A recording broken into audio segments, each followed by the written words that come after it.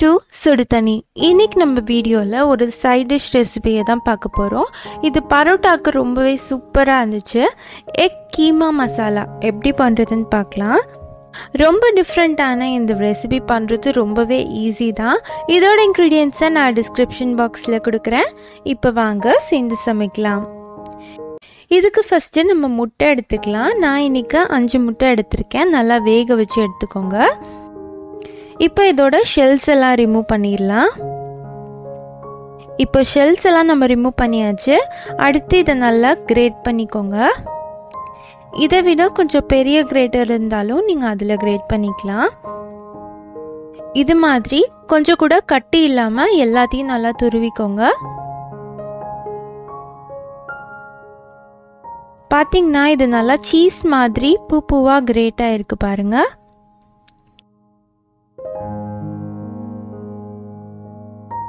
இந்த மாதிரி இருக்கணும். இப்போ இது ரெடி ஆயிடுச்சு. இது இருக்கட்டும். அடுத்து ஒரு கடாயில் 1 டேபிள் ஸ்பூன் எண்ணெய் சேர்த்துக்கலாம். எண்ணெய் லைட்டாக சூடானதுக்கு அப்புறமா இதில் ஒரே ஒரு பிரிஞ்சி இலை சேர்த்துக்கலாம். 2 கிராம்பு, ஒரு பட்டை சேர்த்துக்கோங்க. இப்போ இது கூடவே 2 டீஸ்பூன் இஞ்சி பூண்டு விழுது சேர்த்துக்கலாம். இஞ்சி பூண்டு விழுது இந்த மசாலாவுக்கு கொஞ்சம் அதிகமாக இருக்கணும், அப்போ தான் நல்லாயிருக்கும். அதனால் 2 டீஸ்பூன் சேர்த்துக்கிறேன். இப்போ இது பச்சை வாசனை போகிற அளவுக்கு நல்லா வதக்கிடுங்க.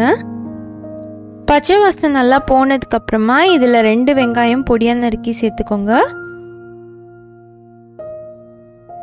இந்த வெங்காயத்தையும் சேர்த்துட்டு நல்லா வதக்கிடலாம். இப்போ இது கூட 1/2 டீஸ்பூன் உப்பு சேர்த்துக்கலாம். கூடவே ஒரு ஹீப் டீஸ்பூன் ஃபுல்லாக கரம் மசாலா சேர்த்துக்கோங்க. 1/2 டீஸ்பூன் மஞ்சள் தூள், 1 டீஸ்பூன் மிளகாய் தூள் சேர்த்துக்கலாம். இது எல்லாத்தையும் நல்லா மிக்ஸ் பண்ணிடுங்க. கரம் மசாலா இப்போ பாதி, கடைசியாக பாதி நம்ம சேர்க்க போகிறோம். இப்போதைக்கு நான் 1 டீஸ்பூன் ஃபுல்லாக சேர்த்துருக்கேன். இது கூடவே 2 தக்காளி சேர்த்துக்கலாம். இப்போ இதையும் நல்லா வதக்கிடலாம். தக்காளி நல்லா சாஃப்டாகிற அளவுக்கு நல்லா வதக்கிடுங்க. தேவைப்பட்டால் இதோட கொஞ்சம் தண்ணி சேர்த்து நல்லா வேக வச்சுருங்க. ரொம்ப ட்ரையாக இருந்துச்சுன்னா ஒரு 1/2 கப் அளவு தண்ணி சேர்த்துக்கலாம்.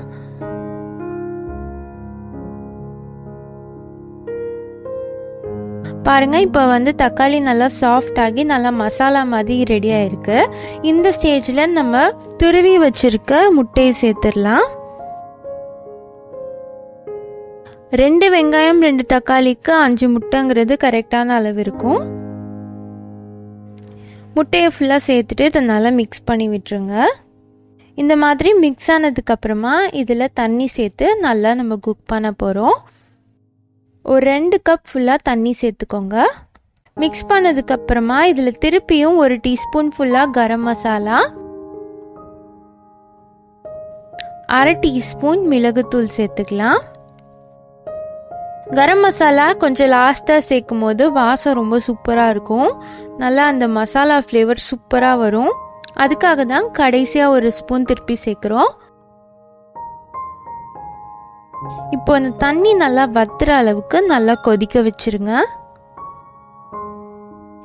பார்த்தீங்கன்னா இப்போ ஒரு 15 மினிட்ஸ் ஆயிருக்கு.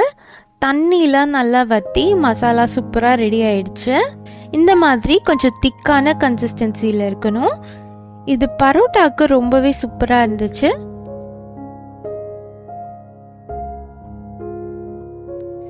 இப்போ கடைசியாக இதில் கொத்தமல்லி இலை தூவி இதை இறக்கிடலாம்.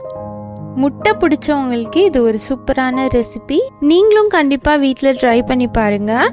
இந்த எக் கீமா மசாலாங்கிறது நிறைய பேர் நம்ம ட்ரை பண்ணியிருக்க மாட்டோம். ரொம்பவே டிஃப்ரெண்ட்டான ஒரு ரெசிபி, ஆனால் ரொம்ப டேஸ்ட்டாக இருந்துச்சு. எனக்கே ரொம்ப பிடிச்சிருந்துச்சு. நீங்களும் கண்டிப்பாக வீட்டில் ட்ரை பண்ணி பார்த்துட்டு இந்த ரெசிபி எப்படி வந்துச்சுன்னு கமெண்ட் பண்ணுங்கள். இந்த வீடியோ உங்களுக்கு பிடிச்சிருந்தா லைக் பண்ணுங்கள். சுடு தண்ணி சேனலை சப்ஸ்கிரைப் பண்ணுங்கள். தேங்க்யூ.